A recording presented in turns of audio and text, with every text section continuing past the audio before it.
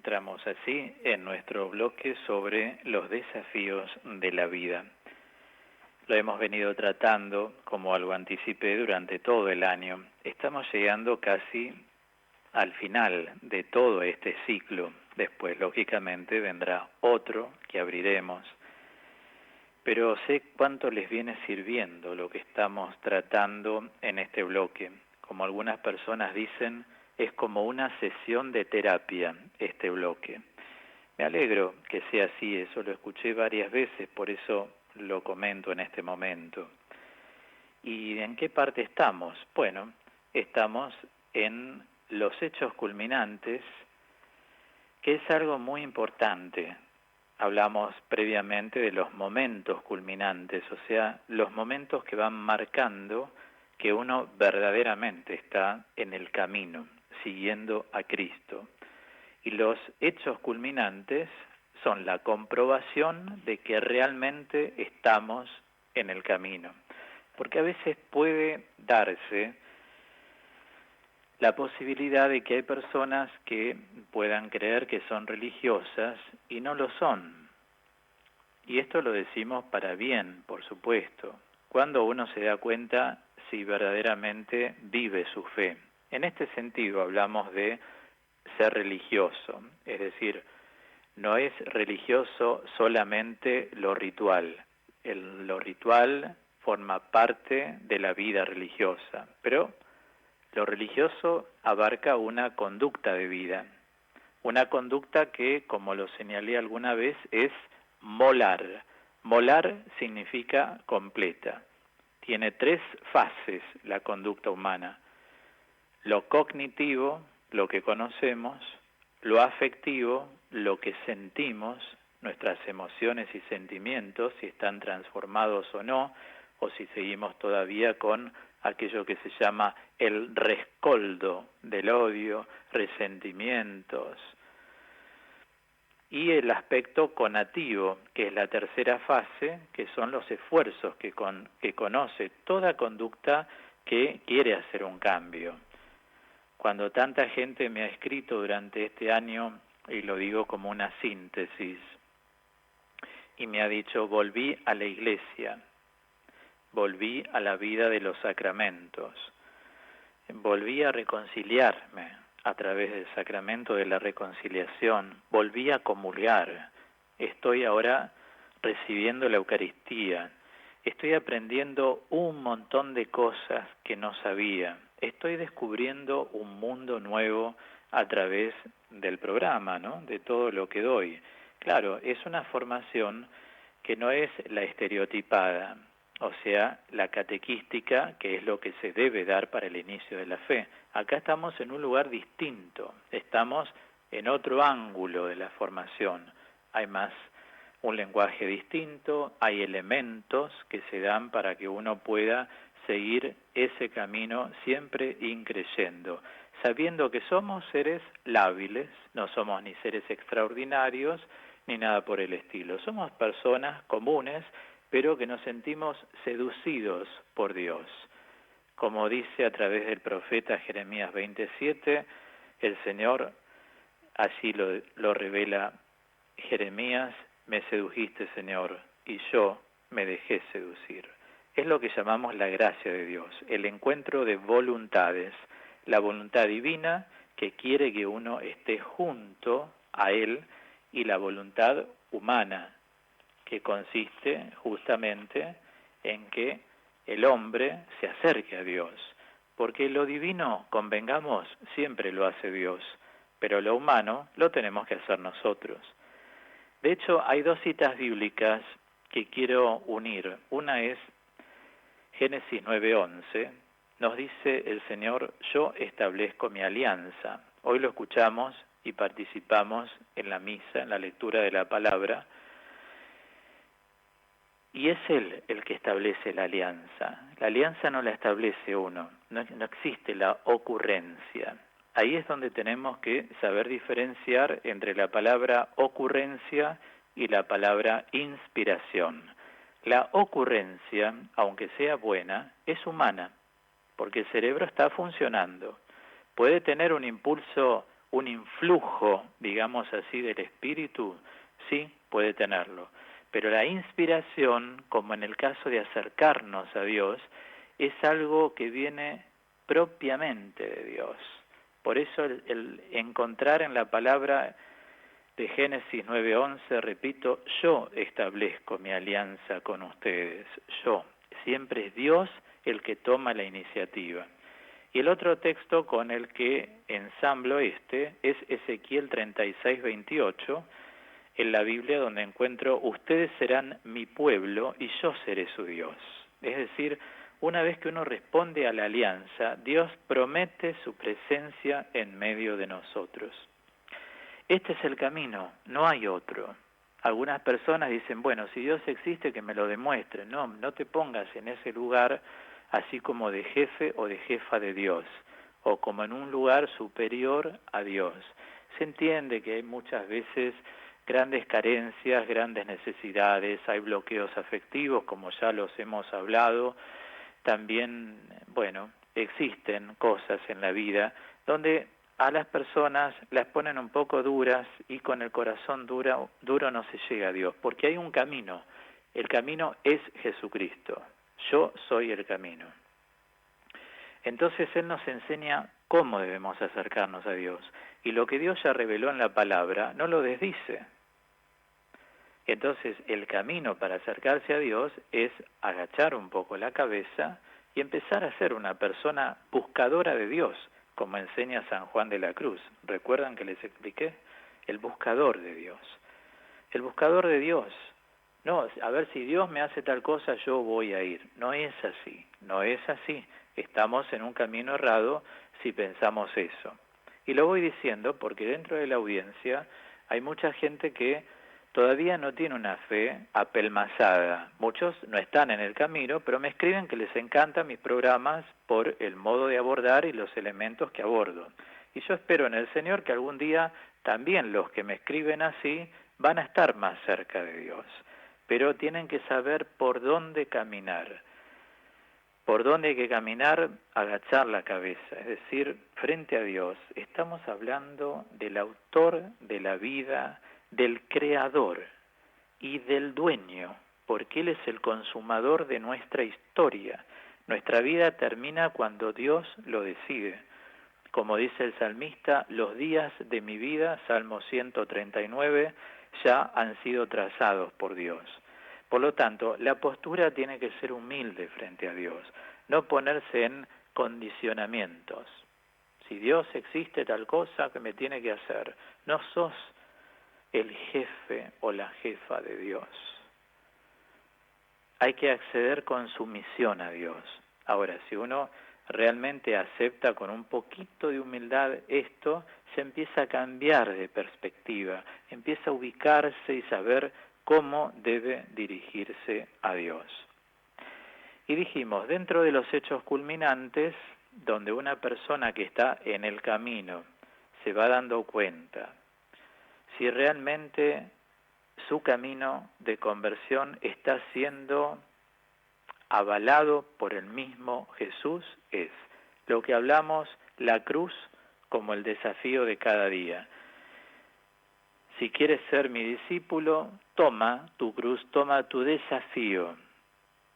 Luego ven y sígueme. Toma el desafío, o sea, no rechaces el desafío de cada día. Luego, hablamos de la necesidad el domingo pasado de reconocer la presencia viva de Jesús resucitado en medio de nosotros, de nuestras cosas, de nuestros asuntos, de nuestra familia, de nuestros amigos, de otras personas. Cristo resucitado, el Señor que con su luz esplendente va marcando su potencialidad, su energía sobrenatural, su paz, su bienestar frente a los desafíos de la vida, los positivos que también requieren sus grandes esfuerzos, como los negativos. Digo, positivos, alguien dice me quiero poner un negocio, quiero estudiar una carrera. Yo les decía hace un ratito, trabajar y estudiar, los que conocemos esta cultura del esfuerzo y del trabajo, sabemos que es así. Hay que hacer muchos esfuerzos para lograr llegar al fin. Para sostener un programa de radio a todo nivel hay que hacer esfuerzos, digo, a todo nivel. Para emprender una relación amorosa hay que hacer esfuerzos también, de aceptación, de bajar el ego, de ver cómo es la persona, de saber caminar con cosas claras, de saber la diferencia entre amar y querer. No conviene nunca vivir con alguien, menos casarse, que uno no ama. Algunas personas me plantearon, bueno, pero se me van los años. Pensalo bien, porque cuando no amas, lo más probable es que o caes en un camino de sumisión hacia la otra persona, o bien vas a terminar separándote. Porque si no hay amor, las personas no se soportan. Hay que hacer todo un trabajo muy personal. Entonces fíjate qué es lo que vos querés. Como dice el libro del Deuteronomio, ayer lo leímos en la misa, ¿no? En la liturgia de la palabra, recuerdo en el Antiguo Testamento, elige tu vida, dice, elige tu vida. Es decir, uno tiene que pensar cuáles son las opciones que realizamos, cómo elegimos la vida, realizando opciones. Y a veces hay personas que se lamentan, lógicamente, y dicen, elegí mal, no supe elegir, me dejé llevar por esto, me sentí subyugado por tal cosa y me di cuenta que no era así. Por eso los impulsos no sirven para nada. Siempre conviene reflexionar, consultar al Señor, como lo hemos dicho varias veces, hoy lo volvemos a traer a colación, de Isaías 58:2, ellos me consultan día tras día y quieren conocer mis caminos, es decir, una reflexión. Si uno hace un testamento no lo puede hacer por un impulso, tiene que reflexionar frente a Dios, el creyente, para que Dios inspire cómo se hace un testamento. Si uno tiene que entregar algo, también no lo hagas por un impulso, porque te podés arrepentir y mucho. En cambio, cuando uno da algo, aunque sea, digo, esta lapicera que la usaba no sé, mi papá, mi abuela, mi tío, se la quiero regalar a mi profesor de no sé qué, a mi profesora de no sé qué. Pensalo bien, pero no, por más allá del valor. Hay un valor afectivo y eso te puede caer mal. No te dejes impulsar diciendo, ante el deslumbramiento, porque el deslumbramiento tiene poca vida. Ya lo hemos aclarado en el bloque que más adelante tenemos sobre la oración afectiva. No existe el amor a primera vista, existe el deslumbramiento, pero es la base del amor, ¿eh? Si vos no te deslumbrás, no admirás nada de la otra persona. Y si no admirás nada, el casamiento, sácalo de tu mente. Todo empieza por el deslumbramiento. Hay algo que te deslumbra. Lo que deslumbra es lo que seduce de la persona. Vieron que a algunas personas les seduce la inteligencia, a otros les seduce la voz, a otros el modo de hablar, a otros la belleza estética.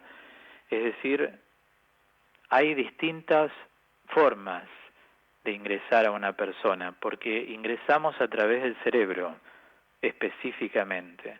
Luego, si el cerebro da la aprobación, empiezan los sentimientos a fluir. De lo contrario, no es así. Entonces, digo, la presencia de Cristo resucitado en medio, eso es esencial para ver si uno está conviviendo con el Señor resucitado en medio de nosotros en este camino que estamos haciendo de conversión.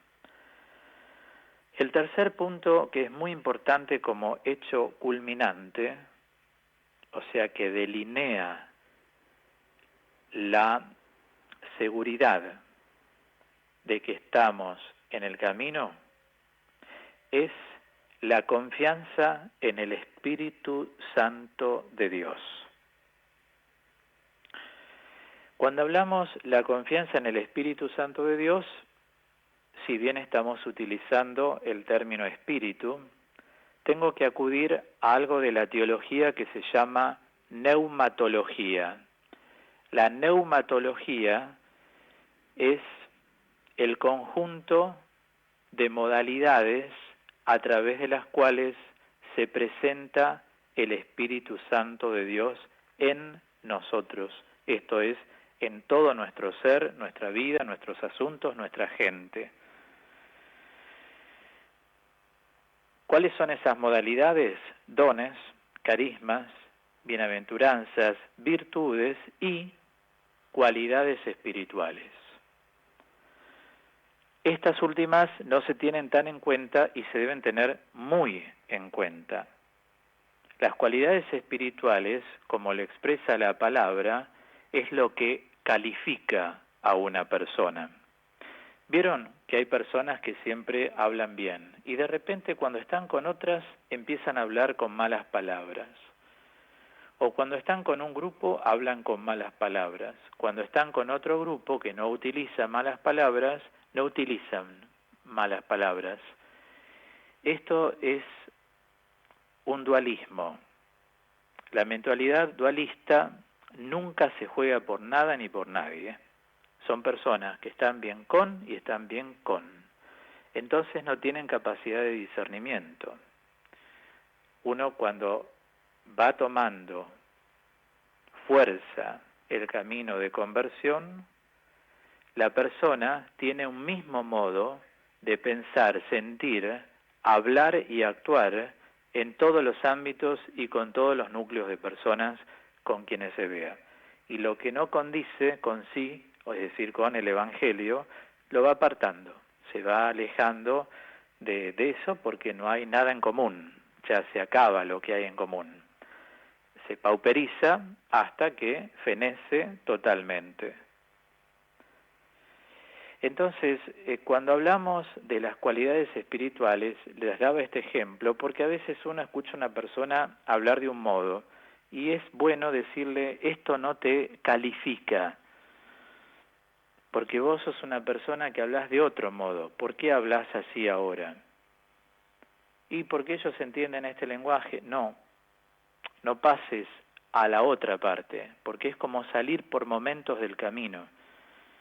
Habla con tu lenguaje que es bueno, es constructivo, es edificante, y la gente lo va a seguir.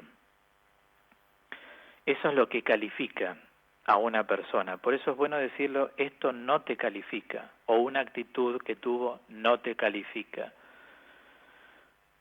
o un sentimiento que traspasa las barreras de la normalidad de la persona, no te califica.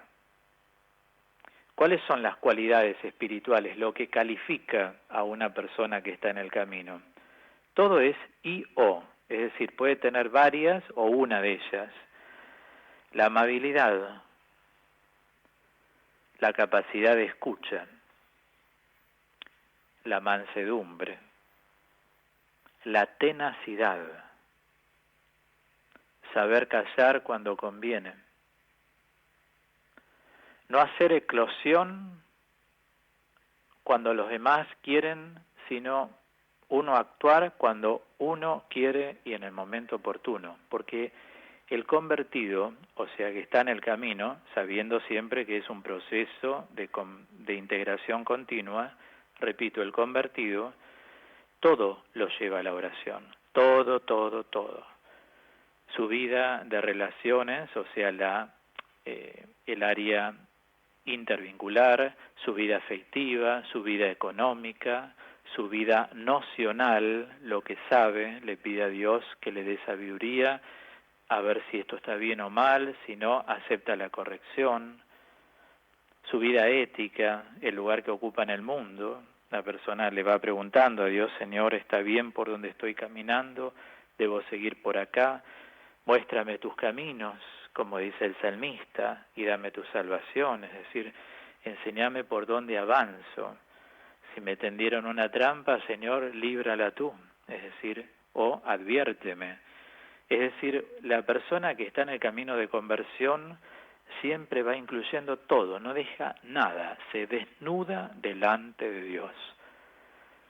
Yo muchas veces en atención privada le he dicho a personas que por ahí sentían algo por alguien, ¿no? Y demás, decíselo a Dios. No, pero ¿cómo le voy a decir eso a Dios si yo soy casado?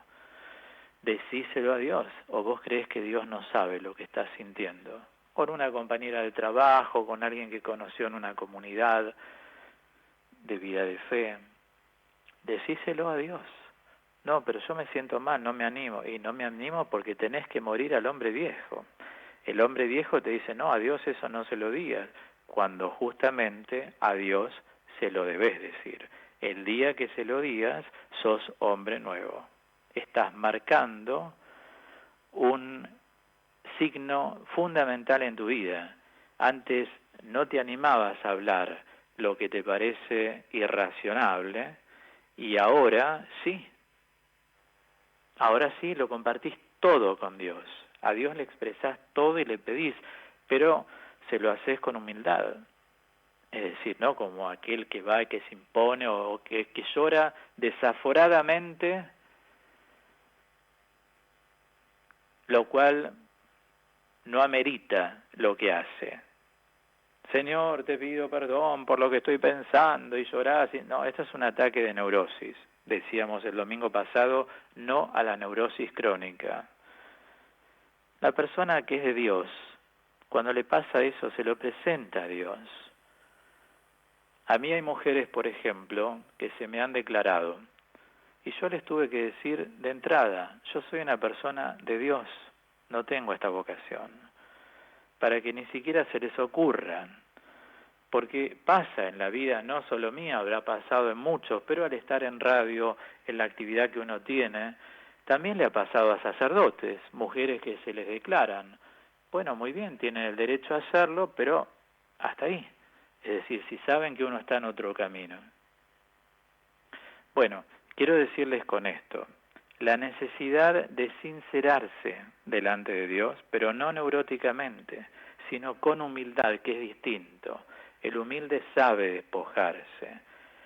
Y así es que lo que califica a las personas de Dios, quise dar un tinte especial, porque de dones y de carismas he hablado en otras ocasiones, en otros programas, muchos años, y ya voy a retomar, lógicamente, ese tema. Pero hoy, en lo que hace al proceso de conversión, más que hablar de dones, de carismas, bienaventuranzas, virtudes, quise hablar de este aspecto de la neumatología, que son las cualidades espirituales. Hay personas que tienen la amabilidad, otras que son agradecidas, hay personas que son muy serviciales, hay personas que tienen un modo de hablar o de ser que seducen. A uno le gusta escucharlas en forma continua, porque les hace bien escucharlas, les hace bien la voz que tiene, les hace bien la presencia, como pasa en los santos. Así le decía San Juan de la Cruz a Jesús, quiero tu presencia. Cuando en uno de sus cánticos que escribió, él habla con la creación, se pone en el campo, se sitúa mentalmente, espiritualmente, y le dicen, flores del campo, ¿lo han visto pasar a mi amado por aquí?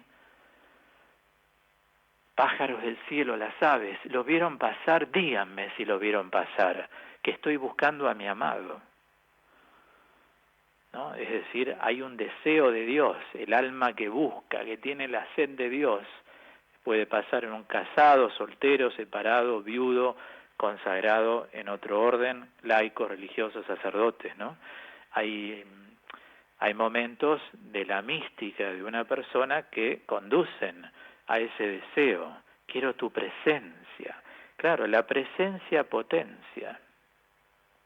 Por eso muchas veces, aunque no hablemos, aunque digamos no tengamos un diálogo, el hecho de ver a la persona, como lo está pasando ahora, es una ascesis, ¿no? Debido a la pandemia, la presencia de una persona ya a uno le hace bien.